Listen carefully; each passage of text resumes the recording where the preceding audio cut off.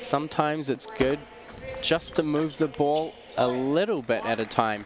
So your opponent feels like the ball's coming back to the same place, and they kind of stay in the same place. They anchor down a bit.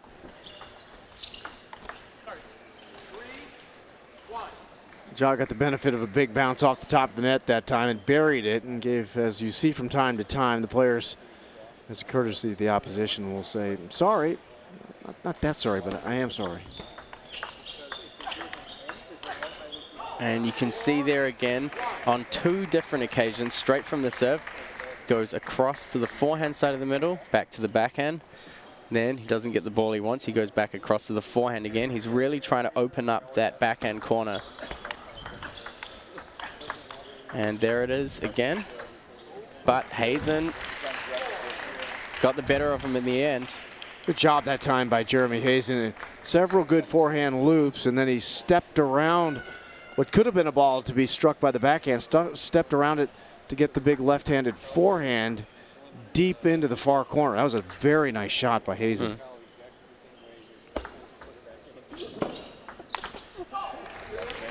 And Kanak, we saw in the last matchup here, he missed quite a few of those opportunities because he hadn't really gotten close enough to the ball. Big step into the table this time.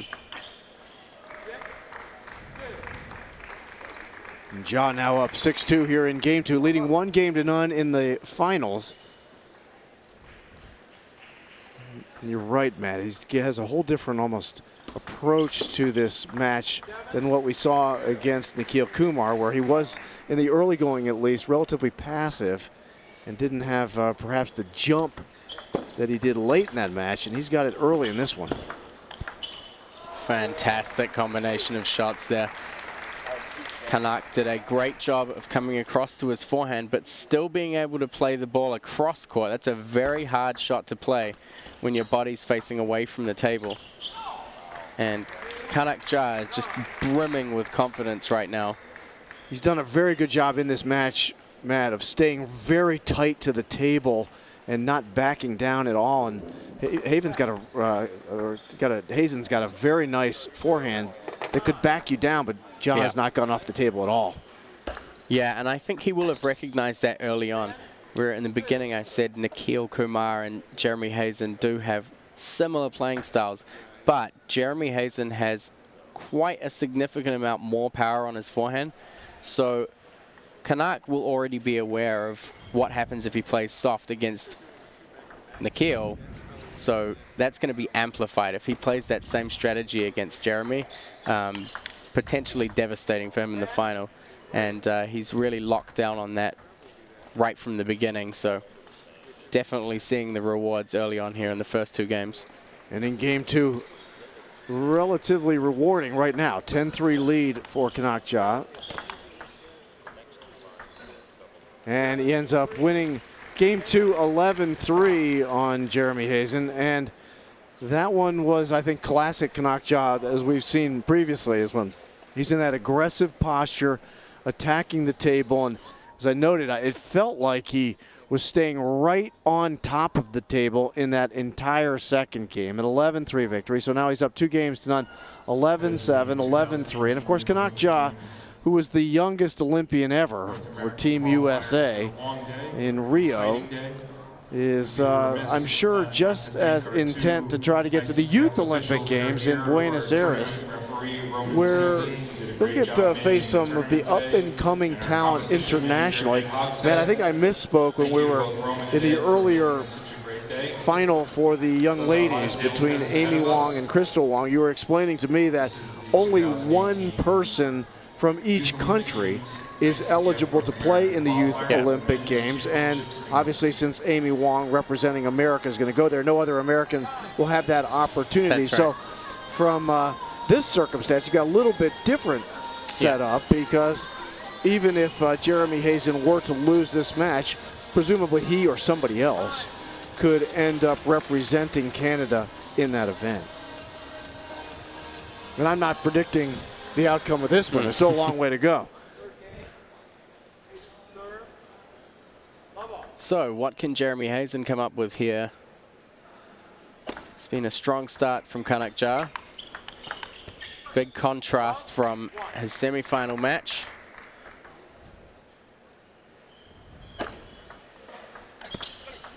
We get a good angle here on Jeremy Hazin serving from our side. You talk about it when he serves, he steps around deep to what, if you're looking at the table from the back end, the right side of it. Yeah. Yeah, it's a very uncommon service stance because it takes you quite a while to get back around the corner to recover. But it's actually a serving style that was used by Liu Guoliang, who was the Chinese head coach up until recently. He won World Championships, Olympic Games, and was very famous for this service stance of having 1 foot around the side of the table, so he's almost backwards when he serves the ball. Matt, I'm presuming, though, that the ball has to originate from behind the back line on the serve. Right. You can't serve it from the side. I mean, yeah, that's right. Otherwise, guys might walk up there and create all sorts of weird angles right off the serve.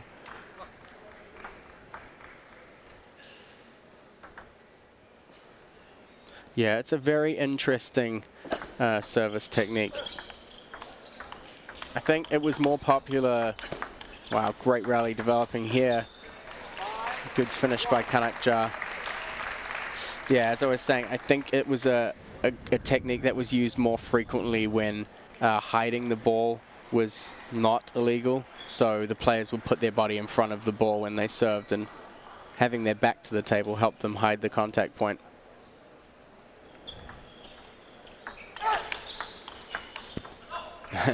That might be the strongest shot we've seen Kanak having to play this tournament so far. The return of service by Hazin got up high, and Kanak was just teeing up on that one.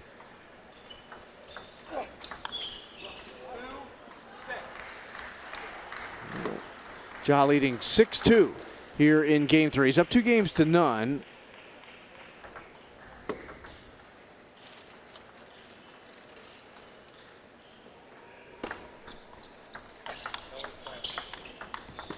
Good blocks on the backhand that time by John.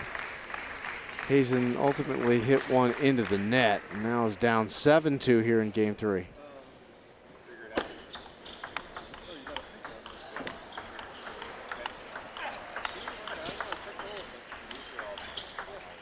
Oh, and Jeremy Hazin takes that point. We saw great control from Kanak.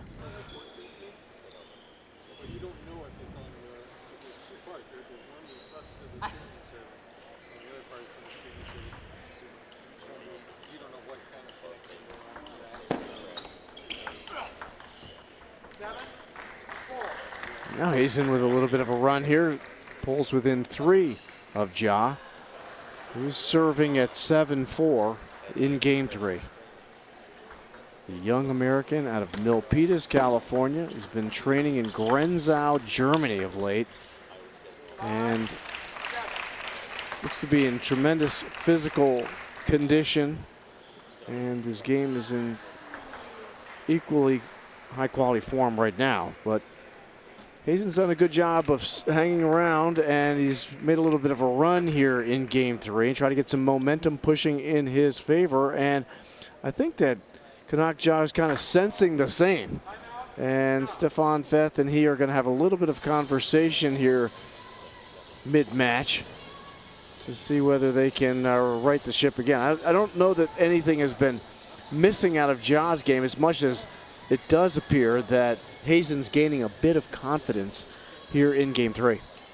Yeah, and Jeremy Hazin will definitely be looking to extend that short spell of momentum he's had. He needs to fight his way back into this match, and really taking the 3rd game is a crucial step in him being able to do that. So Stefan Feth will want to make sure that doesn't happen. He's proven that he's very good at being able to recenter Kanak, refocus him, keep him calm. They've been working together for an incredibly long time as coach and student. And yeah, that relationship, when they go back to the bench, really helps Kanak stabilize and continue with his strategies and with the match. Now Hazin ringing off 4 in a row. He's got it at 7-6 or 6-7 serving.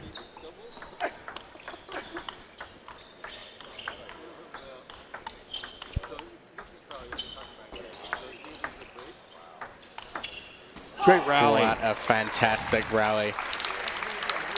Both players really throwing a lot of different shots into the point. Ja did a good job moving the ball side to side several times in that sequence. Deep to the backhand, deep to the forehand, and got a couple of balls up high. Hazin stood right in and returned most of it. Point to Ja. And that point to Ja as well. And now up by 3 again here at 9-6. And the timeout this time will come from Jeremy Hazin of Richmond Hill, Canada, Ontario, Canada, where he'll go over and talk with his coach as well. Try to settle down, realizing this is really a pivotal moment to go down 3-0 to Kanak Ja. Would make the climb back difficult, but we saw in Ja's matchup with Nikhil Kumar, he was down 3-1 and was able to regroup and come back. And I did not feel that Nikhil Kumar played poorly in games 5, 6, and 7 against Kanak Ja. To me, I thought you hit the nail right on the head, Matt, when you described that he went from a somewhat soft style early in that match to suddenly saying, you know what, if I'm going to win here today, I'm going to have to take control and be aggressive and make the point happen. And he's done that really in this match since the opening salvo. Yeah, definitely.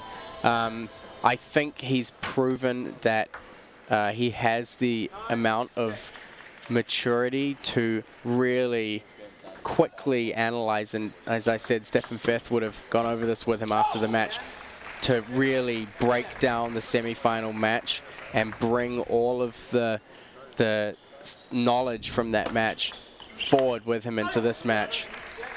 And 11-6, he will take the 3-0 lead.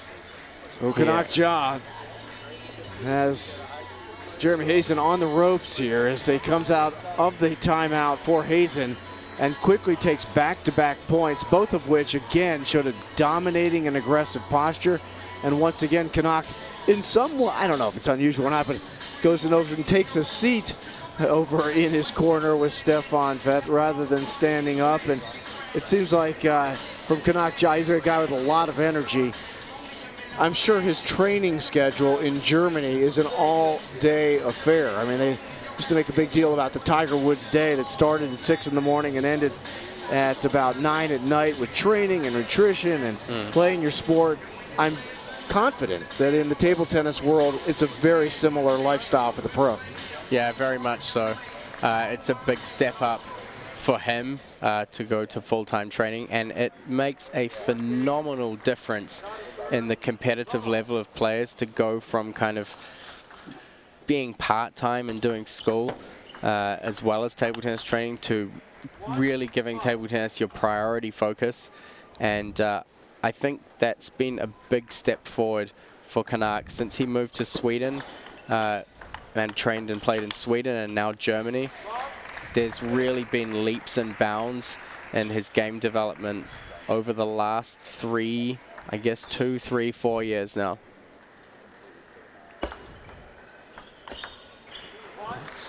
Good job by Hazin that time. A soft return by Ja, kind of bounced up high, and Hazin comes across with a strong forehand, drives it by Kanak Ja.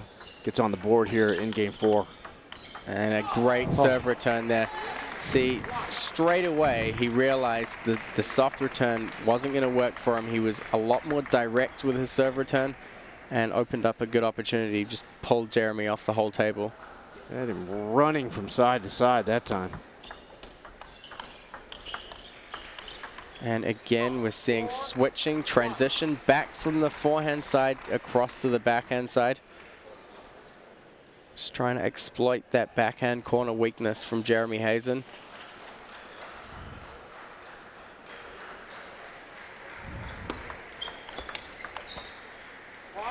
Nice reflex play. Yeah, it was. The third ball that time by Ja was just get the racket in front of the bar, get the paddle in front of the ball. And it was a good shot by Hazin, and all of a sudden, I'm not sure he expected that one to come back. Yeah, I wasn't sure if the half-long serve by Kanak was intentional or not, but Jeremy Hazin managed to play a really powerful forehand straight off that serve. Games are 3-0 right now, favoring Kanak Ja. He's up 5-2 here in game 4. Trying to make straight game order of Jeremy Hazin, top young players out of the Great White North in Canada.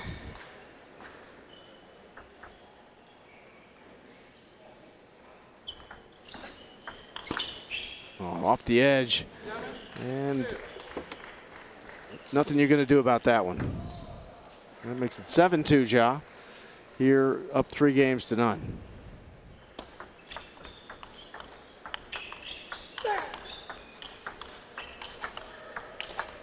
And great changes in placement there. Finally catching him in the middle was enough for him to take the point.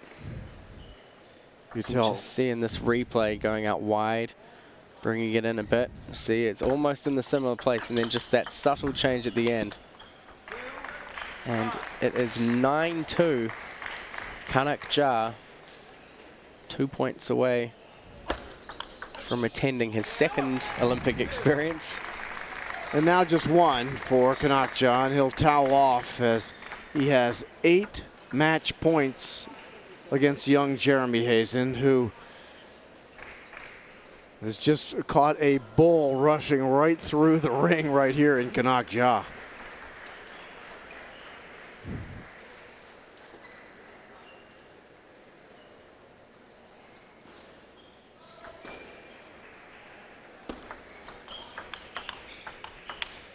And that does it. Kanak Ja finishes it off straight away. His father was on his feet over in the stand. So Kanak Ja is headed to Buenos Aires as a member of Team America in the Youth Olympics.